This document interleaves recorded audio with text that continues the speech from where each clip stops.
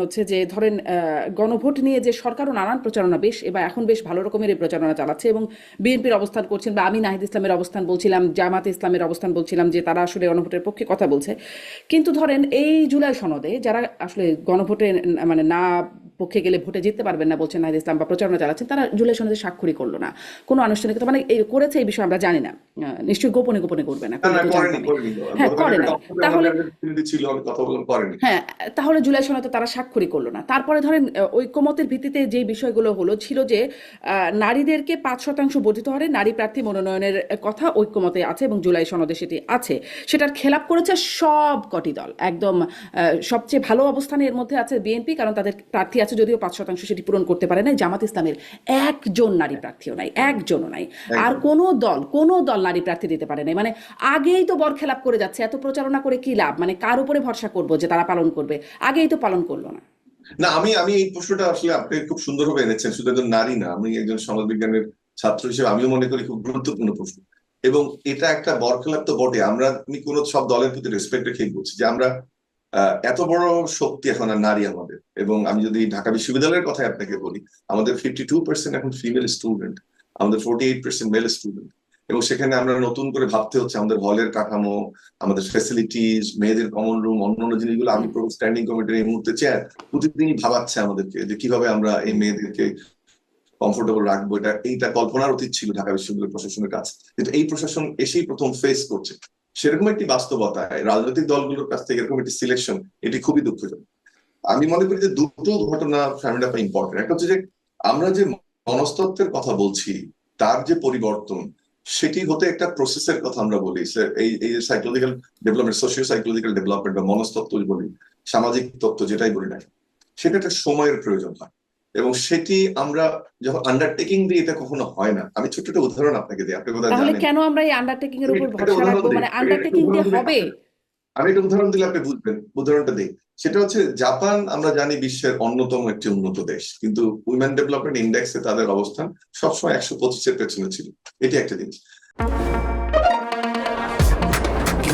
শুধুমাত্র সিটি ব্যাংকে অ্যাকাউন্ট থাকলেই করতে পারবেন গুগল পে। তাই অ্যাকাউন্ট খুলুন আজই।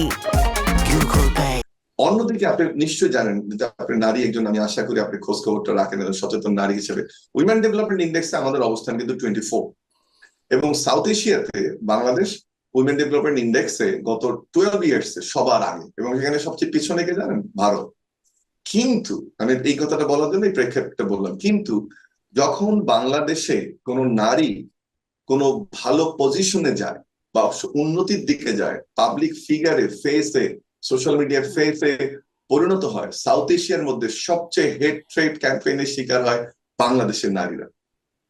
এবং আপনাকে আরেকটা জিনিস বলি, সেই হেড ট্রেড ক্যাম্পেইনটা 10 থেকে বেড়ে কোনো কোনো ক্ষেত্রে 70% হয়। আমি আমার নিজস্ব সেন্টিমেন্ট অ্যানালাইসিস ডেটা থেকে আপনাকে এটা বলছি, দায়িত্ব নিয়ে বলছি একজন শিক্ষক হিসেবে। কেন উদাহরণটা দিলাম? যে একটা হলো লিপ সার্ভিসিং আর একটা বুলির একটা বিষয়, কিন্তু পুরুষ শাসিত সমাজের যে ভেতরের কাঠামোটা, আমার মনে হয় এই উদাহরণটা দিয়ে আপনি নিশ্চয়ই উদাহরণটা আমার মনে রাখবেন দীর্ঘদিন। এবং আমি আশা করবো এটা নিয়ে আরো আপনি গবেষণা করবেন, জিজ্ঞেস করবেন। হুম। যে আমি যে উদাহরণটা দিলাম, হেড স্পিচ, বুলিং, শেমিং, যত শব্দগুলো আছে, এটা ধরেন আমি একটা উদাহরণ দিই। সাব চ্যাম্পিয়নশিপে মেয়েরা চ্যাম্পিয়ন হলো, তখন কিন্তু এদের হাফ প্যান্ট, এদের ওড়না, এদের জামা নিয়ে কেউ কথা বলেনি। হুম। এমনি খোলা বাসে এরা উঠলো, তারপর থেকে যখন এরা সেলিব্রিটি হয়ে গেল, দেখেন ওদের এগেনস্ট হেড স্পিচ তৈরি হয়েছে, শুধু লোকালি না, শুধু ন্যাশনাল না, লোকালি তৈরি হয়েছে, প্রতিবন্ধকতা তৈরি হয়েছে, মোল্লাদের ঝামেলা তৈরি হয়েছে। হুম। তো সেটা কেন হয়? তার মানে যেটা বোঝাতে চাচ্ছি, যে আমি যদিও লিখিত পড়িত বলছি, কিন্তু ভেতরের যে সোলটা, আমাদের পুরুষ শাসিত সমাজের ভেতরের যে কাঠামো, সেটা আসলে নারীদের এই অগ্রগতিকে এখন মেনে নেয়নি। এটার মানে এটা না, আমি এটা বলছি না মেনে নেবে না, বাট এটা বলছি এই কারণে যে তার মানে ওই শুধু আন্ডারটেকিং এর মাধ্যমে পরিবর্তনটা সিম্বলিক। যেটা আমার ধারণা, যেহেতু আন্ডারটেকিংটা হলো, আসার যে জায়গাটা, হুম। সেটি হচ্ছে নিশ্চয়ই গ্রাজুয়ালি আমরা ওদিকে যাব। এবং আমি ব্যক্তিগতভাবে এইটা খুবই একজন সমাজ বিজ্ঞানের হুম। শিক্ষক হিসেবে সবসময় এটা নিয়ে কথা বলি।